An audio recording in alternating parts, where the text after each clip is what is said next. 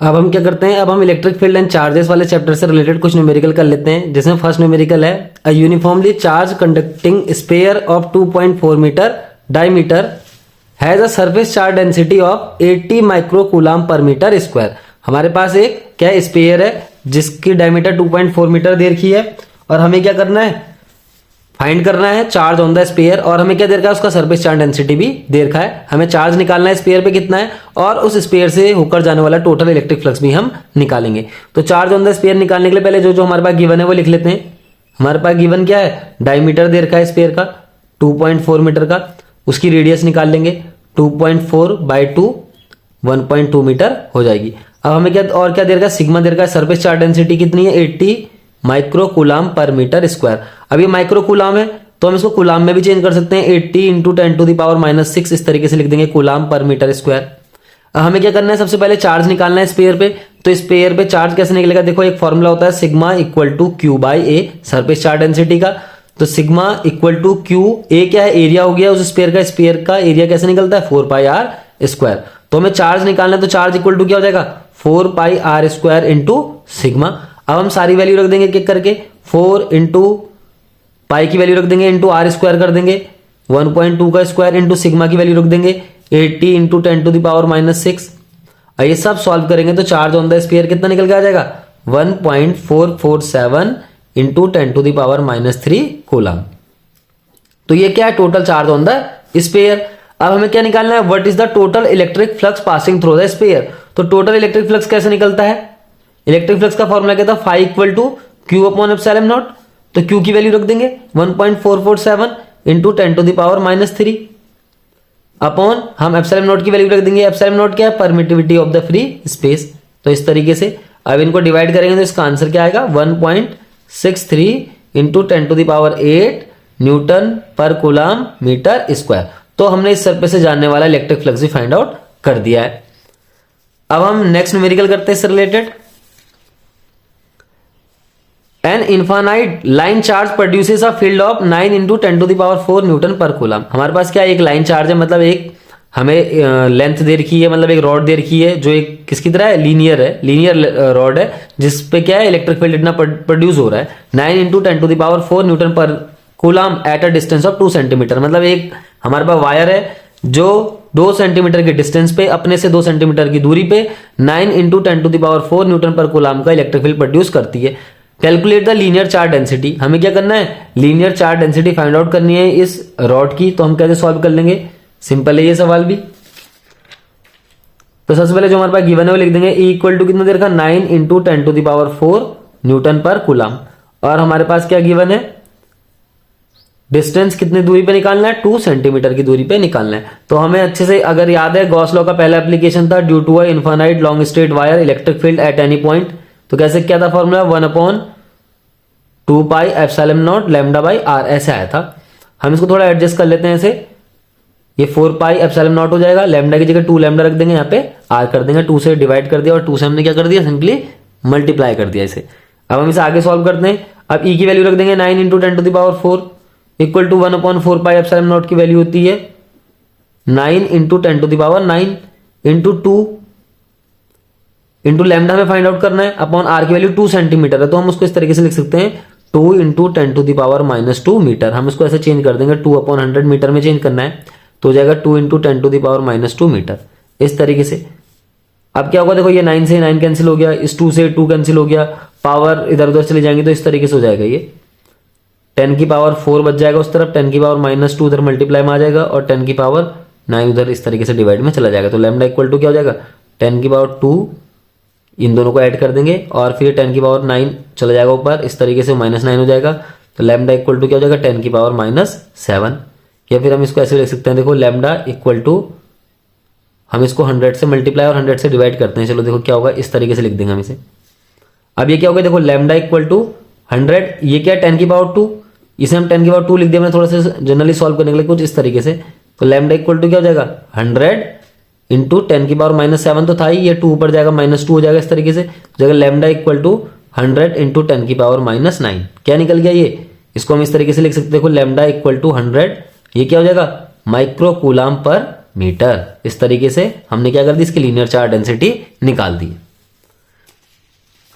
अब हम next question करते हैं, क्वेश्चन नंबर 3। क्वेश्चन नंबर 3 के अच्छे से समझ लेते हैं, कुछ एक्स्ट्रा क्वेश्चन कर लेते हैं एनसीईआरटी से हटके भी, देखते हैं क्या क्या है क्वेश्चन। पहला क्वेश्चन है, under the action of given coulombic force of an acceleration of an electron is 2.5 into 10⁻22 metre per second square. कहने का मतलब क्या है, एक फोर्स के अंडर एक इलेक्ट्रॉन पे इतना एक्सेलरेशन जनरेट होता है कूलम्बिक फोर्स के अंडर। कूलम्बिक फोर्स क्या होता है, दो चार्ज के बीच लगने वाला फोर्स, दो चार्ज के बीच फोर्स लग रहा है जिसके कारण इलेक्ट्रॉन पे इतना एक्सेलरेशन जनरेट हो जा रहा है। Then the magnitude of acceleration of an proton under the action of same force is nearly. अब क्या करना है, बोला अगर किसी प्रोटॉन पे इतना ही फोर्स लगता है तो उस प्रोटॉन पे कितना एक्सेलरेशन जनरेट होगा। कहने का मतलब कि हमारे पास क्या गिवन था कि एक इलेक्ट्रॉन पे कूलम्बिक फोर्स लगने के कारण उस पे इतना एक्सेलरेशन जनरेट हो रहा है, अगर तो प्रोटॉन पे अगर इतना ही सेम फोर्स लगे तो उस पे कितना एक्सेलरेशन जनरेट हो जाएगा। तो देखो हम फोर्स का फॉर्मूला देखो क्या होता है, एफ क्या होता है, F equal to M into A होता है जनरली। अब हम फोर्स ऑन इलेक्ट्रॉन निकालेंगे तो M E mass of electron, acceleration of electron, इस तरीके से रख देंगे। अब इसी तरीके से हम अगर प्रोटॉन पे भी सेम फोर्स लगेगा तो प्रोटॉन पे हम ऐसे एफ पी इक्वल टू क्या हो जाएगा, एम पी और ए पी। अब देखो उसने क्या बोला है, the force on electron the force on proton are same, ये हमारे पास गिवन है। तो हमें क्या करना है, हमें एक्सेलरेशन निकालना है प्रोटॉन का, तो हम इस तरीके से लिख देंगे इन दो इक्वेशन को मिला के, M E A E equal to क्या हो जाएगा, एम पी ए पी। हमें क्या फाइंड आउट करना है, एक्सेलरेशन ऑफ प्रोटॉन निकालना है, तो हम क्या करेंगे, एम ये क्या हो जाएगा, M E A E by M P, इस तरीके से।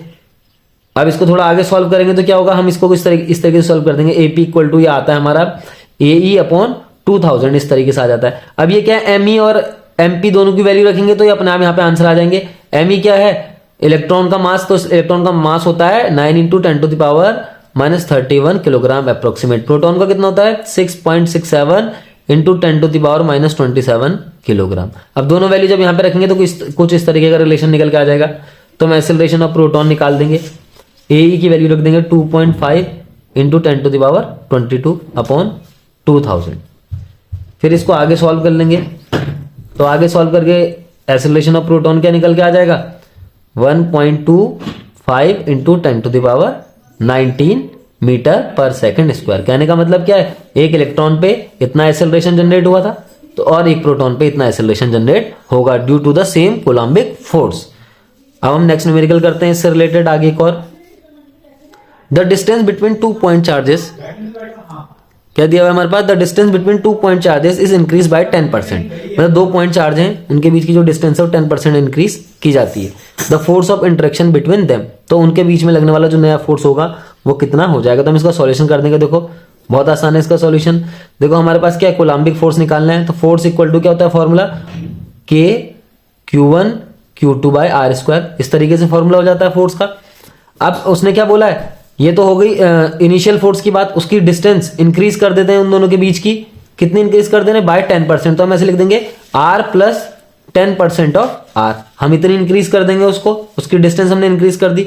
तो किस तरीके से r डैश बराबर क्या आ जाएगा, देखो 0 से 0 कटा, ये हो जाएगा r प्लस r अपॉन 10, यानी कि नई जो डिस्टेंस है चार्ज के बीच की वो कितनी आ जाएगी, 11r अपॉन 10। तो कहने का मतलब क्या, पहले दो चार्ज हैं Q1 Q2 जिनके बीच की डिस्टेंस इतनी है r, थोड़ी देर बाद क्या होता है, उन दोनों चार्ज के बीच की डिस्टेंस को इंक्रीज किया जाता है 10%। अब पूछता है कि अगर उन चार्ज के बीच की डिस्टेंस इंक्रीज करने के बाद उन चार्ज पे अब कितना फोर्स लग रहा है। तो सपोज कर लो उन पे फोर्स लग रहा है चार्ज पे अब एफ डैश, तो कैसे निकलेगा एफ डैश, के Q1 Q2 by are square से ही आर डैश का स्क्वायर हो जाएगा। इसको थोड़ा आगे सॉल्व करेंगे तो क्या हो जाएगा, K Q1 Q2 by R dash का स्क्वायर। आर डैश का मीनिंग क्या है, 11r अपॉन 10, इसका स्क्वायर कर देंगे इस तरीके से। तो एफ डैश की वैल्यू इस तरीके से यहाँ पे निकाल देंगे, हम सॉल्व कर देंगे एफ डैश को, कुछ वैल्यू आ जाएगी एफ डैश की।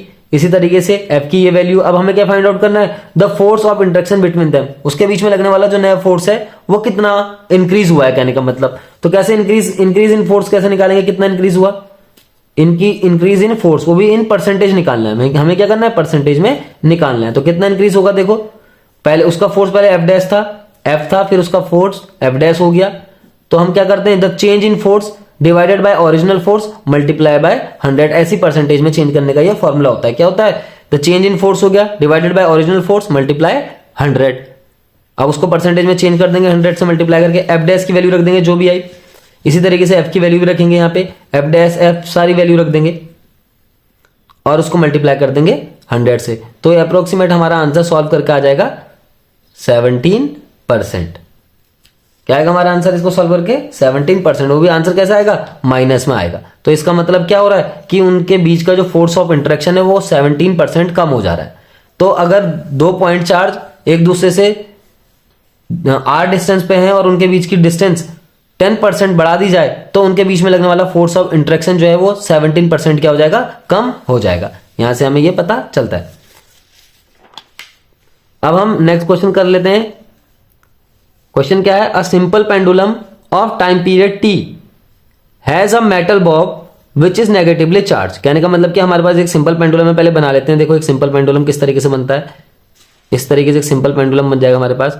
और बोले इस पे एक बॉब है जो मेटल पे है, जिसपे क्या चार्ज है, नेगेटिवली चार्ज है, जो इस तरीके से।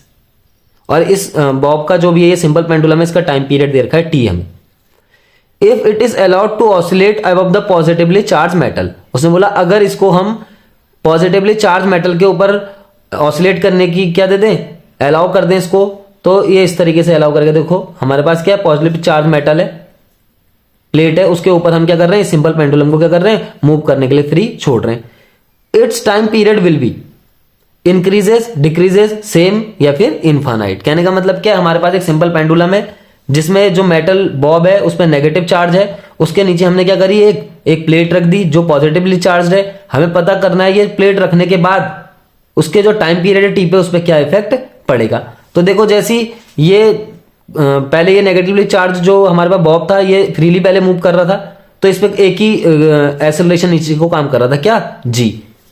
देखो हम पहले टाइम पीरियड का फॉर्मूला याद करते हैं। क्या होता है टाइम पीरियड का, 2π√L/g, ये फॉर्मूला है time period of simple pendulum. अब हमें क्या करना है, अब हमें देखना है कि ये चार्ज प्लेट लगाने के बाद इस सिंपल पेंडुलम का टाइम पीरियड में क्या चेंज आया, क्या नहीं आया। तो देखो जब तक ये प्लेट नहीं थी, यहाँ पे चार्ज प्लेट प्लस क्यू वाली चार्ज प्लेट नहीं थी, तब तक तो इस पे केवल एक ही एक्सेलरेशन काम कर रहा था, स्मॉल g, नीचे की तरफ को डाउनवर्ड्स। अब क्या हो गया, जैसे ही हम यहाँ पे एक और प्लेट लेके आ गए तो इसके कारण, इस प्लेट के कारण जिस पर चार्ज डिस्ट्रीब्यूटेड है और इस माइनस चार्ज, ये दोनों आपस में इंटरेक्ट करेंगे तो यहाँ पे एक फोर्स इन दोनों के बीच जनरेट हो जाएगा, कूलाम्बिक फोर्स जिसे हम कहेंगे। और वो कूलाम्बिक फोर्स किस तरफ को डायरेक्टेड होगा, माइनस से प्लस की तरफ को वो फोर्स डायरेक्टेड होगा। कहने का मतलब ये बॉब इस नीचे की तरफ को अट्रैक्ट होने लग जाएगी, इस तरफ को, due to this plus charge. इस प्लस चार्ज के कारण क्या होगी, ये जो बॉब है ये नीचे की तरफ को अट्रैक्ट होगी। कहने का मतलब है इस पे नीचे की तरफ को एक और फोर्स लगने लग जाएगा, और जो फोर्स लगेगा उससे क्या होगा, इसका कुछ ना कुछ एक्सेलरेशन बढ़ जाएगा। मान लो इसका एक्सेलरेशन जी डैश ही हो जाता है और बढ़ जाता है।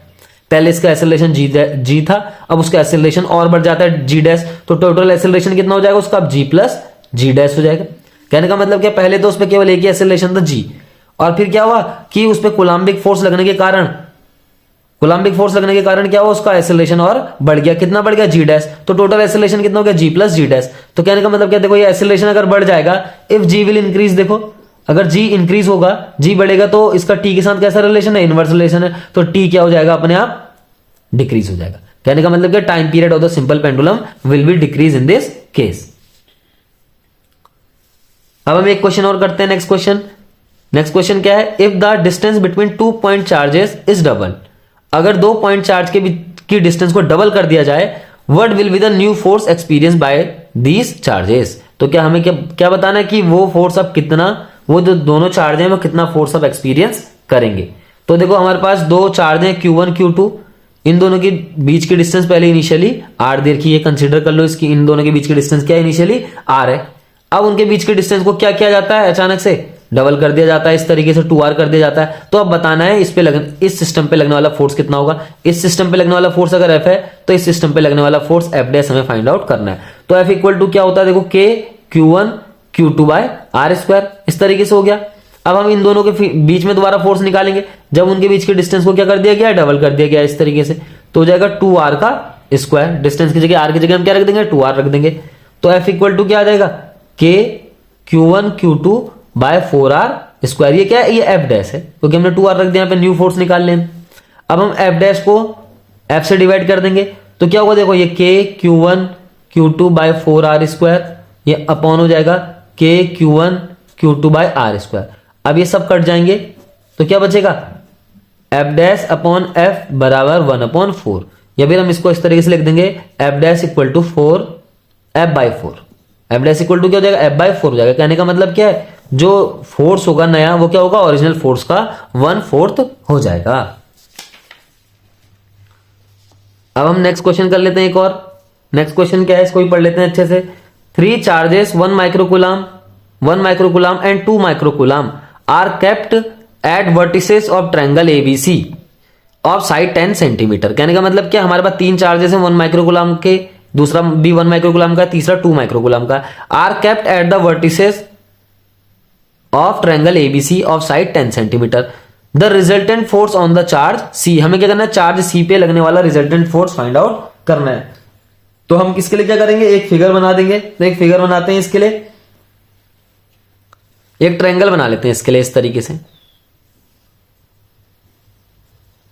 ये ए हो गया, इसको हमने बी कंसीडर कर लिया, इसको सी कंसीडर कर लिया। तो ए पे 1 माइक्रोकूलम का चार्ज है, बी पे भी 1 माइक्रोकूलम का चार्ज है, और सी पे कितने माइक्रोकूलम का चार्ज है, 2 माइक्रोकूलम का। और तीनों के तीनों क्या है, पॉजिटिव चार्ज है। हमें क्या करना है, इस सी पॉइंट पे लगने वाला टोटल चार्ज निकालना है। देखो तीनों जो चार्ज हैं उनके नेचर क्या है, सेम है, तीनों पॉजिटिव चार्ज हैं।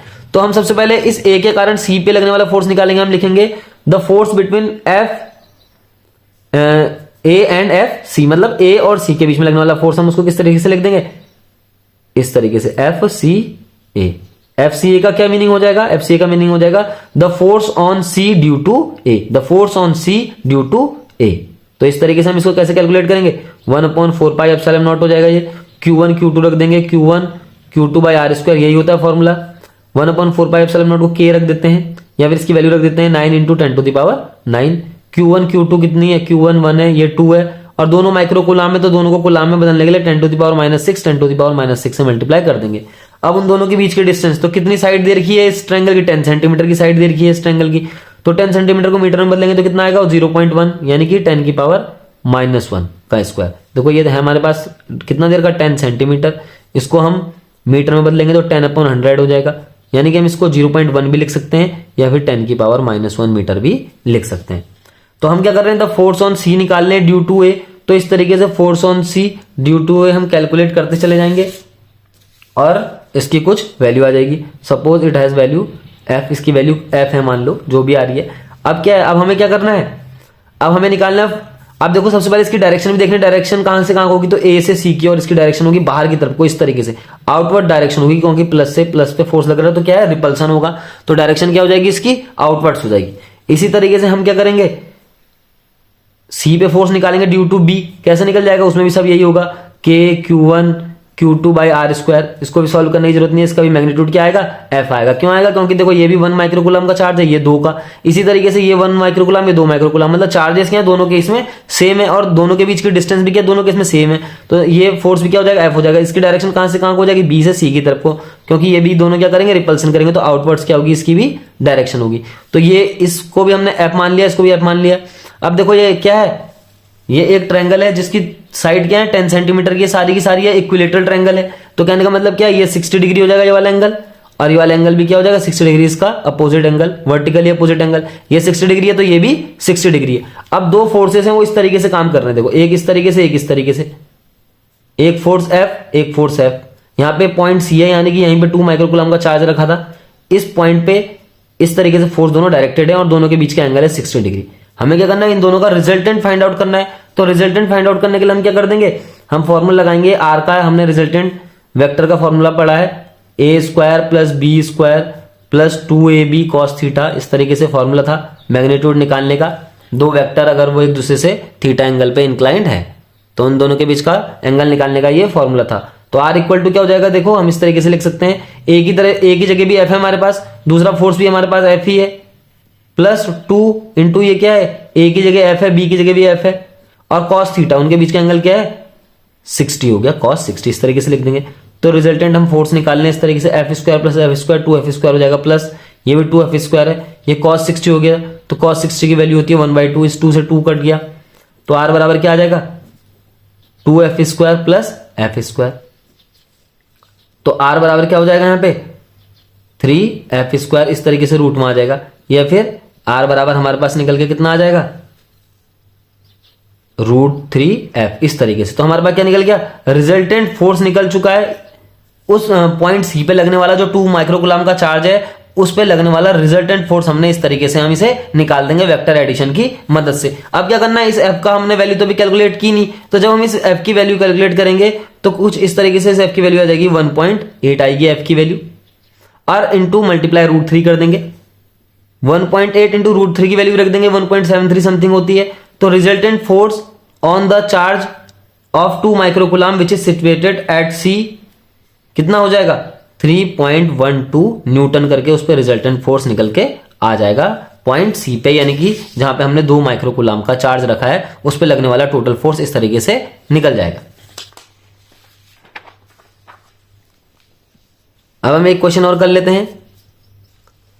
The number of electrons to be put on a spherical conductor of radius 0.1 metre to produce an electric field of 0.036 newton per coulomb just above it surface. हमें क्या करना है, हमें क्वेश्चन क्या है इसको पढ़ लेते हैं एक बार ध्यान से। और the number of electron to be put on a spherical conductor of radius 0.1 metre. हमें क्या करना है, हमें एक स्पेरिकल कंडक्टर पे number of electron find out करना है। उस पे क्या करना है, हमें एक स्पेरिकल कंडक्टर है उसे हम इलेक्ट्रॉन दे रहे हैं कुछ, तो हमें पता करना है कि उस पे कितने इलेक्ट्रॉन है और उस सरफेस का जो रेडियस है कितना है 0.1 मीटर का है, जिस सरफेस पे हमें नंबर ऑफ इलेक्ट्रॉन निकालने हैं। और वो जो सरफेस है कितने का इलेक्ट्रिक फील्ड प्रोड्यूस कर रहा है 0.036 न्यूटन पर कूलम का, ठीक जस्ट अबव द सरफेस। तो हमें क्या निकालना है, number of electron on the spherical shell due to the electric field 0.036 newton per coulomb, और उस स्पेरिकल सेल का रेडियस भी हमें दे रखा है। तो इसका आंसर करते हैं, इसका सॉल्यूशन करते हैं। हमारे इसके बाद 4 ऑप्शन है, तो 4 ऑप्शन के अकॉर्डिंग इसको सॉल्व करते हैं। तो हमारे पास एक फॉर्मूला था, देखो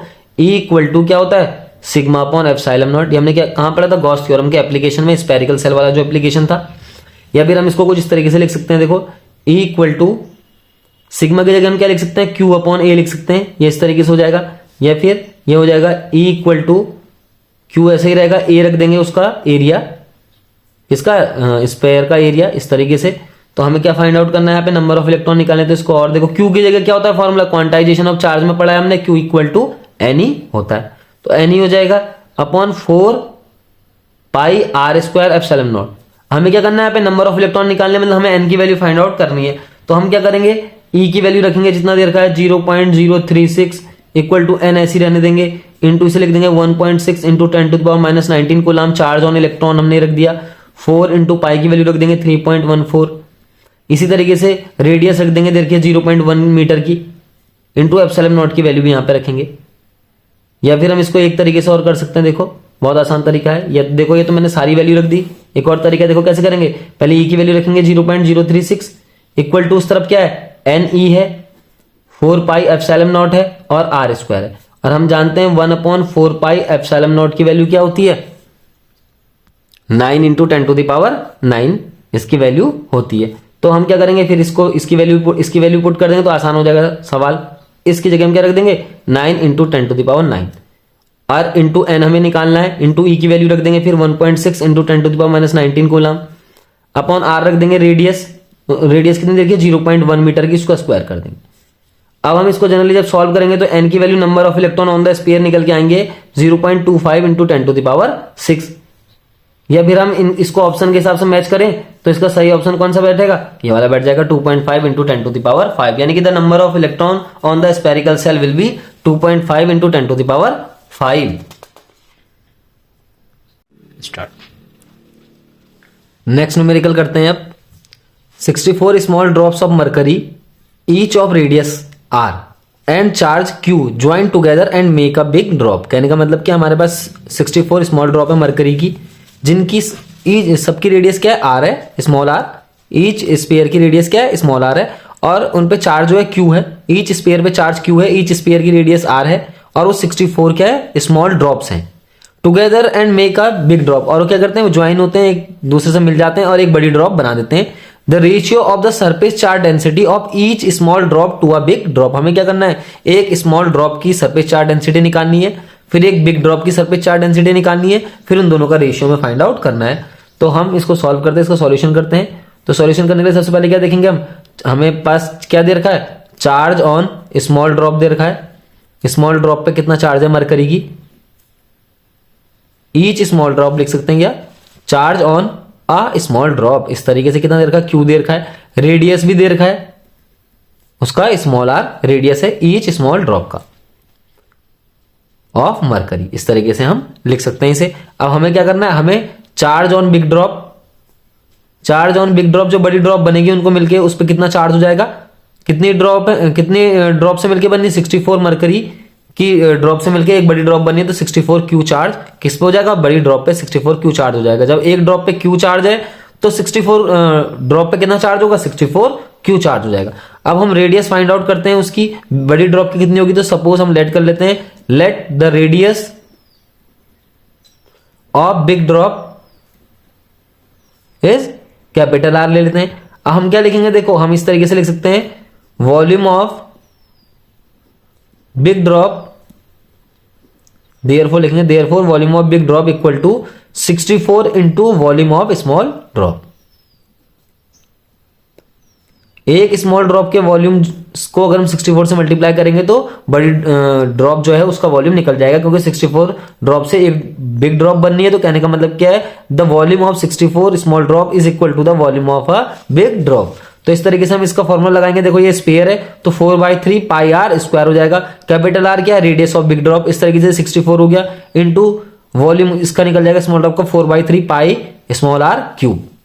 अब 4/3 पाई से 4/3 पाई कैंसिल हो गया तो आर क्यूब बराबर बच गया 64 आर क्यूब, या फिर हम कैपिटल आर बराबर क्या आ गया, हम इसको इस तरीके से लिख सकते हैं 4r। तो क्या हो गया, बड़ी ड्रॉप जो है उसका रेडियस निकल के आ गया। अब हमें क्या निकालना है, उन दोनों का सरफेस चार्ज डेंसिटी का रेशियो निकालना है। तो हम कंसिडर कर लेते हैं sigma S for the small drop, the surface charge density for the small drop and the surface charge density for the big drop is equal to किस तरीके से निकलेगा। अब इसका फॉर्मूला खोलेंगे और देखो सिग्मा एस बराबर क्या होगा, Q अपॉन ए एस। कहने का मतलब कि Q charge on small drop upon A S मतलब area of the small drop. इसी तरीके से हम सिग्मा ऑफ बी लिखेंगे, Q कैपिटल Q लिखेंगे यहाँ पे, कैपिटल Q क्या है, charge on big drop upon area of big drop, इस तरीके से। या फिर हम ये इस तरीके से हो जाएगा Q upon A S multiply A B upon capital Q। अब इसको सॉल्व करेंगे आगे और Q की वैल्यू रख देंगे, Q तो इसी तरीके से रहेगा। ए बी क्या है, बिग ड्रॉप का एरिया हो गया, तो बिग ड्रॉप का एरिया हम इस तरीके से लिख सकते हैं 4 pi R square upon A S small drop का एरिया कितना हो जाएगा 4 pi small R square into Q charge on big drop कितना है 64 क्यू हमने कैलकुलेट किया है। अब क्या होगा इसके आगे, देखो इस क्यू से क्यू कैंसिल कट गया, आर स्क्वायर से आर स्क्वायर कैंसिल कट गया, 4 पाई से 4 पाई कैंसिल हो गया, क्या बचा यहाँ पे आंसर, अभी एक चीज बच गया, क्या बचा यहाँ पे आर स्क्वायर। अभी क्या होगा, आर स्क्वायर कैंसिल नहीं होगा क्योंकि ये कैपिटल आर है और ये क्या है स्मॉल आर, तो ये कैंसिल नहीं हुआ। क्या बचा है, देखो आर स्क्वायर बचा है, इधर आर स्क्वायर बचा है इंटू 64, इस तरीके से बचा है अभी, क्योंकि ये तो कैपिटल आर था, ये स्मॉल आर था, तो ये अभी कैंसिल नहीं होंगे, तो बचेगा यहाँ पे कैपिटल आर स्क्वायर और स्मॉल आर स्क्वायर बच जाएगा इस तरीके से, और 64 बच जाएगा अपॉन में। अब क्या होगा, कैपिटल आर की जगह तो हम निकाल चुके हैं 4r था, तो 4r का स्क्वायर रख देंगे, स्मॉल आर स्क्वायर हो जाएगा इंटू 64 हो जाएगा इस तरीके से। अब 4 का क्या हो जाएगा 16 into R square upon R square और अपॉन में 64, ये नीचे से है 64 क्या उसके डिनोमिनेटर में इस तरीके से नीचे से, तो क्या हो गया आर स्क्वायर से आर स्क्वायर कट गया, इससे ये कट गया, तो आंसर क्या आ गया 1/4। क्या कहने का मतलब क्या है, the surface charge density of the small drop to the big drop is equal to the 1:4, the ratio of the surface charge density of both the spheres, इस तरीके से निकल के आ जाएगा। अब हम इससे रिलेटेड एक न्यूमेरिकल और करते हैं, एक न्यूमेरिकल और देख लेते हैं इस चैप्टर का last numerical. A charge Q is placed at a corner of a cube of side A. हमारे पास क्या बोला है, एक चार्ज क्यू है जिसको हम क्या कर रहे हैं, एक क्यूब के कॉर्नर में मान रहे हैं, इस तरीके से क्यूब है मान लो, ऐसे हमारे पास एक क्यूब है और उसके कॉर्नर में क्या है, एक चार्ज रखा हुआ है यहाँ पे Q. The electric flux through the cube, हमें क्या करना है, उस क्यूब से होकर जाना और इलेक्ट्रिक फ्लक्स फाइंड आउट करना है। तो देखो हम क्या करते हैं, जब भी हम इलेक्ट्रिक फ्लक्स फाइंड आउट करते हैं तो उसमें क्या होती है, गॉसियन सरफेस की एक सिमेट्री लेते हैं। सिमेट्री से क्या होता है, कैलकुलेशन बहुत इजी हो जाता है। सिमेट्री का मीनिंग क्या है, अगर ये चार्ज इस क्यूब के सेंटर में होता है बीचों बीच में, तो इस टोटल क्यूब से निकलने वाला इलेक्ट्रिक फ्लक्स निकालना बहुत ईजी हो जाता है। अब हमें क्या करना है, ये क्यू चार्ज है, अब इस चार्ज से निकलने वाला टोटल इलेक्ट्रिक फ्लक्स निकालना है। तो कैसे निकालेंगे, देखो हम कंसीडर कर लेंगे, देखो ये जो चार्ज क्यू है, इस चार्ज क्यू को हम कुछ इस तरीके से मान लेते हैं। देखो मान लो ये एक रूम है, इस रूम के ये सीलिंग है, सीलिंग के एक कोने में इस चार्ज क्यू है, तो ये चार्ज क्यू से जो निकलेगा इलेक्ट्रिक फ्लक्स निकलेगा वो चारों तरफ को डायरेक्टेड होगा इस तरफ से 3D में, इस प्लेन पे भी जाएगा, इस प्लेन के डाउन भी जाएगा, इस प्लेन के अप भी आएगा इलेक्ट्रिक फील्ड लाइंस, यानी कि चारों तरफ क्या होगा, इलेक्ट्रिक फ्लक्स इससे निकलेगा। तो कहने का मतलब क्या, वो इस रूम से भी जाएगा इलेक्ट्रिक फ्लक्स, और वो इसके बगल में जो रूम होगा उससे भी चला जाएगा इलेक्ट्रिक फ्लक्स, और इसके पास जो रूम होगा इस तरीके से उससे भी जाएगा इलेक्ट्रिक फ्लक्स, और इस तरीके से इस रूम से भी इलेक्ट्रिक फ्लक्स जाएगा। तो कहने का मतलब क्या है, ये चार रूम से होकर इलेक्ट्रिक फ्लक्स तो जाएगा ही जाएगा, क्योंकि चार्ज है तो चारों तरफ को इससे इलेक्ट्रिक फ्लक्स फील्ड लाइन निकलेंगी। अब क्या है, इस के ऊपर की तरफ को भी इलेक्ट्रिक फील्ड लाइन निकल रही है, तो कहने का मतलब क्या, चार रूम और हो जाएंगे इसके ऊपर की तरफ, ठीक इसके ऊपर चार रूम और होंगे, तो कहने का मतलब क्या है, वो 8 रूम हो जाएंगे, टोटल कितने हो जाएंगे, 8 रूम हो जाएंगे। तब क्या होगा, ये चार्ज क्यू होगा उसके सेंटर में आ जाएगा। जब हम इसके चारों तरफ, एक चार्ज क्यू है, इसके आसपास हमने क्या करा, देखो ये एक कॉर्नर में था पहले, एक कमरे के या एक क्यूब के कॉर्नर में था समझो, उसके चारों तरफ हमने 4 क्यूब बना दिए, उसी तरीके से 4 क्यूब और उसके ऊपर बना देंगे, तो क्या होगा, टोटल 8 क्यूब हो जाएंगे।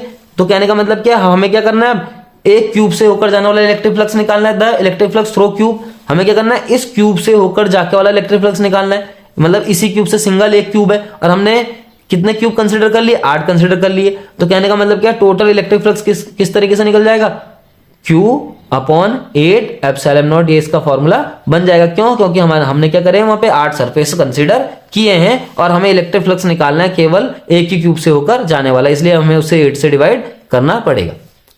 Thank you.